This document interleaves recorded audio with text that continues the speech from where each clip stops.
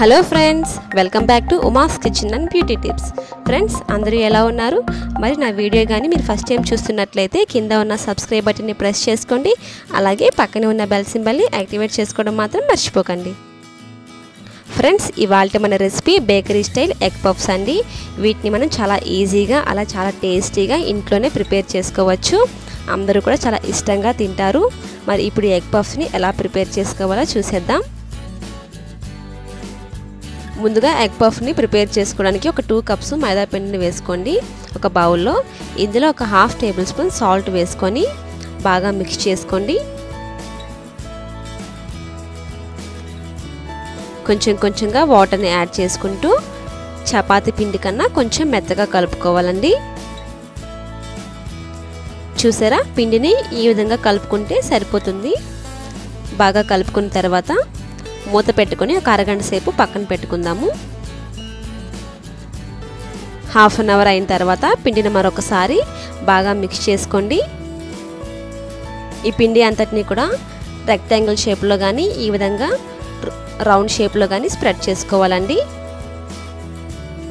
పిండి అనేది మనకి చేతులు కానీ కింద కానీ అతుక్కోకుండా ఉండడం కోసం కొంచెం పొడి పిండిని ఈ విధంగా స్ప్రెడ్ చేసుకుంటూ చపాతీలాగా రోల్ చేసుకోవాలండి.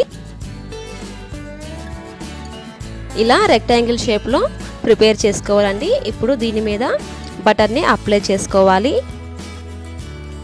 నేను ఇక్కడ అమూల్ బటర్ని తీసుకున్నానండి. ఈ బటర్ని రూమ్ టెంపరేచర్లో ఒక 15 నిమిషాల పాటు వదిలేస్తే ఇలా సాఫ్ట్గా అయిపోతుంది. ఇప్పుడు ఈ బటర్ని ఇలా స్ప్రెడ్ చేసుకోవాలి. అంతా కూడా ఈవెన్గా స్ప్రెడ్ చేసుకొని అలాగే కొంచెం పొడి పిండిని ఈ విధంగా స్ప్రెడ్ చేసుకున్న తర్వాత ఇక్కడ వీడియోలో చూపించే విధంగా ఈ ఎడ్జెస్ని ఇలా సెంటర్కి ఫోల్డ్ చేసుకోవాలండి. ఈ విధంగా ఫోల్డ్ చేసుకున్న తర్వాత మరి కొంచెం పొడి పిండిని ఇక్కడ యాడ్ చేసుకొని ఈ విధంగా సెంటర్కి ఫోల్డ్ చేసుకోవాలండి.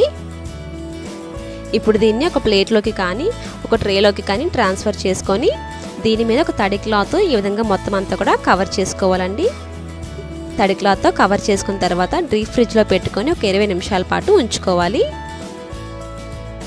20 మినిట్స్ అయిన తర్వాత డీప్ ఫ్రిడ్జ్లో నుంచి బయటకు తీసుకుంటే కొంచెం హార్డ్ అవుతుందండి.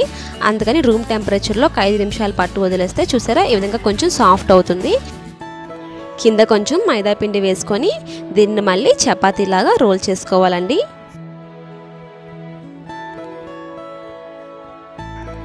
చూసారా, ఈ విధంగా మొత్తం అంతా కూడా రోల్ చేసుకున్న తర్వాత నేను ఇక్కడ 100 గ్రామ్స్ బటర్ తీసుకున్నాను కదండి.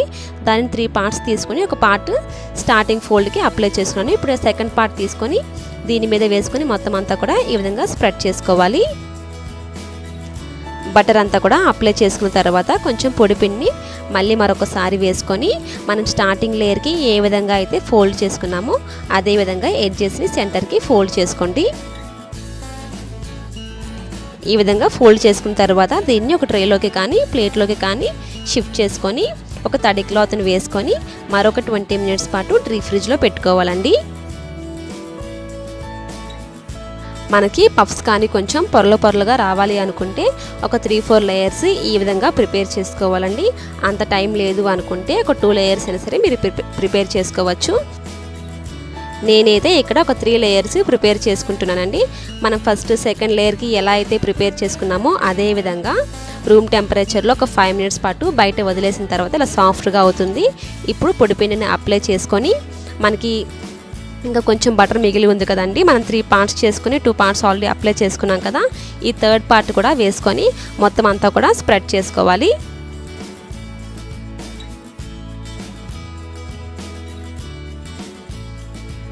బటర్ అంతా కూడా ఈవెన్గా స్ప్రెడ్ చేసుకున్న తర్వాత కొంచెం మైదా పిండిని పైన ఈ విధంగా చల్లుకొని ఎడ్జెస్ని సెంటర్కి ఈ విధంగా ఫోల్డ్ చేసుకోవాలండి. ఈ విధంగా ఫోల్డ్ చేసుకున్న తర్వాత దీన్ని ఒక ట్రేలోకి తీసుకొని ఒక తడి క్లాత్ వేసుకొని 35 to 40 మినిట్స్ పాటు డీప్ ఫ్రిడ్జ్లో పెట్టుకోవాలండి. ఈలోపు మనం లోపల స్టఫింగ్ కోసం కర్రీని ప్రిపేర్ చేసుకుందామండి. ఒక ప్యాన్ పెట్టుకొని ఇందులో ఒక 2 టేబుల్ స్పూన్ వరకు ఆయిల్ వేసుకోండి. ఆయిల్ కొంచెం హీట్ అయిన తర్వాత ఇందులో ఒక 1 కప్పు ఆనియన్స్ వేసుకోవాలి. చిన్నగా కట్ చేసుకొని ఈ ఆనియన్స్ని వేసుకోవాలి. అలాగే ఒక 2 గ్రీన్ చిల్లీస్ని కూడా కట్ చేసుకొని వేసుకొని వీటిని బాగా ఫ్రై చేసుకోండి.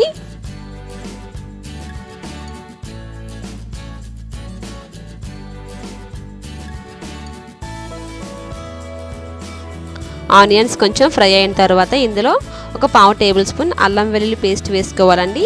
ఈ పేస్ట్ అంతా కూడా పచ్చివాసన పోయేంత వరకు కూడా ఒక 2 మినిట్స్ పాటు ఫ్రై చేసుకుందాము. ఇలా ఫ్రై చేసుకున్న తర్వాత ఇందులో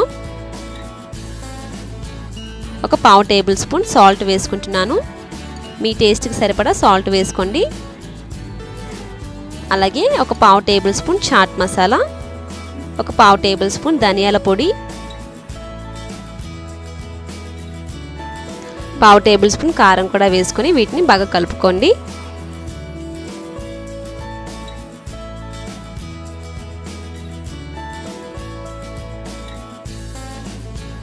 ఈ విధంగా కలుపుకున్న తర్వాత ఇందులో ఒక హాఫ్ గ్లాసు వాటర్ని వేసుకొని ఒక 1 మినిట్ పాటు ఫ్రై చేసుకోండి. లోపల స్టఫింగ్ కోసం అయితే మనకి కర్రీ అనేది ప్రిపేర్ అయిపోయిందండి. దీన్ని ఒక బౌల్లోకి తీసుకొని పక్కన పెట్టుకుందాము. అలాగే ఒక 3 ఎగ్స్ని తీసుకొని ఈ విధంగా బాయిల్ చేసుకొని వీటిని సెంటర్లో హాఫ్ కింద కట్ చేసుకొని పక్కన పెట్టుకుందాము. 3 ఎగ్స్ని కూడా 35 మినిట్స్ తర్వాత రీఫ్రిజర్ నుంచి బయటకు తీసుకొని రూమ్ టెంపరేచర్లో ఒక 5 మినిట్స్ పాటు బయట పెట్టుకుంటే కొంచెం సాఫ్ట్గా అవుతుంది.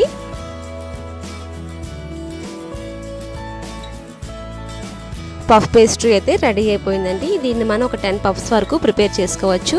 అందుకని కొంచెం ఒక బాక్స్లో పెట్టుకొని స్టోర్ చేసుకుంటే ఒక 1 మంత్ వరకు మనం ఎప్పుడు కావాలంటే అప్పుడు ఎగ్ పఫ్ కానీ, చికెన్ పఫ్ కానీ, వెజ్ పఫ్ కానీ ఈజీగా ప్రిపేర్ చేసుకోవచ్చండి.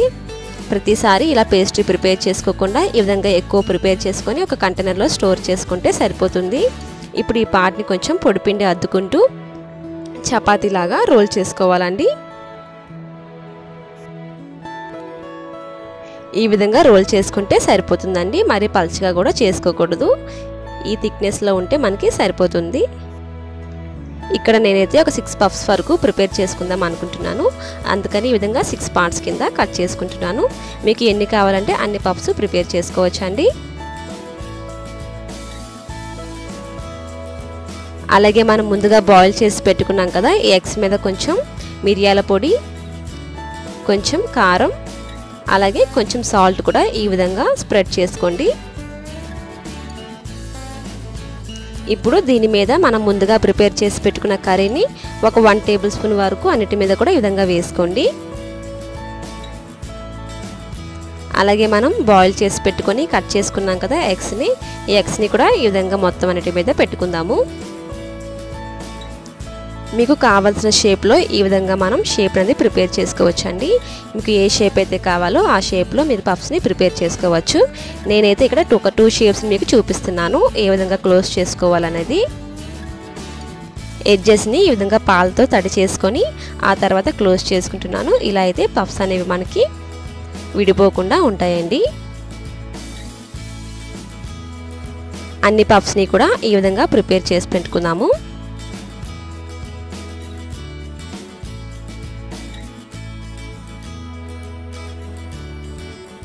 ఒక గిన్నె తీసుకొని ఇలాంటి గిన్నె తీసుకొని దీనికి బటర్ని ఈ విధంగా మొత్తం అంతా కూడా అప్లై చేసుకోండి.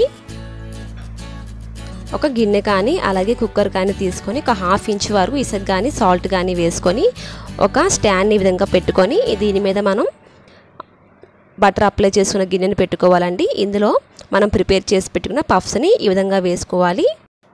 పఫ్స్ అన్నీ కూడా ఈ విధంగా ప్లేస్ చేసుకున్న తర్వాత కొంచెం పాలు తీసుకొని పాలతో ఈ విధంగా బ్రష్తో పఫ్స్ అన్నిటికి కూడా అప్లై చేసుకోవాలి. పాలని అప్లై చేసుకున్న తర్వాత మూత పెట్టుకొని ఒక 35 మినిట్స్ వరకు వీటిని బేక్ చేసుకోవాలండి. 35 నిమిషాల తర్వాత పఫ్స్ని సెకండ్ సైడ్ కూడా టర్న్ చేసుకొని ఒక 10 నిమిషాల పాటు బేక్ చేసుకోవాలండి. అప్పుడే మనకి పఫ్స్ అనేవి 2 సైడ్స్ కూడా మంచి కలర్ వస్తాయి. ఇక్కడ నేనైతే సెకండ్ సైడ్ టర్న్ చేసి పెట్టేశాను. ఇలా కుక్కర్లో కానీ గిన్నెలో కానీ పఫ్స్ని ప్రిపేర్ చేసుకుంటే బేక్ అవ్వడానికి ఒక 45 మినిట్స్ టైం పడుతుందండి. మీరు అవెన్లో కానీ బేక్ చేసుకుంటే మాత్రం 180 డిగ్రీస్లో ఒక 35 మినిట్స్ పాటు బేక్ చేసుకోండి. ఎగ్ పఫ్స్ అయితే రెడీ అయిపోయాయండి. వీటిని ఒక ప్లేట్లోకి తీసుకొని సర్వ్ చేసుకుంటే ఎంతో టేస్టీ అయిన ఎగ్ పఫ్స్ రెడీ అండి. మరి మీరు కూడా ఈ రెసిపీని ట్రై చేసి ఎలా ఉందో నాకు చెప్పండి. ఫ్రెండ్స్, మరి ఈ రెసిపీ మీకు నచ్చిందా? నచ్చితే లైక్ చేసి మీ ఫ్రెండ్స్కి షేర్ చేయండి. అలాగే మరిన్ని వీడియోస్ కోసం నా ఛానల్ని సబ్స్క్రైబ్ చేసుకోండి. పక్కనే ఉన్న బెల్ సింబల్ని మాత్రం యాక్టివేట్ చేసుకోవడం మర్చిపోకండి. Thanks for watching my video.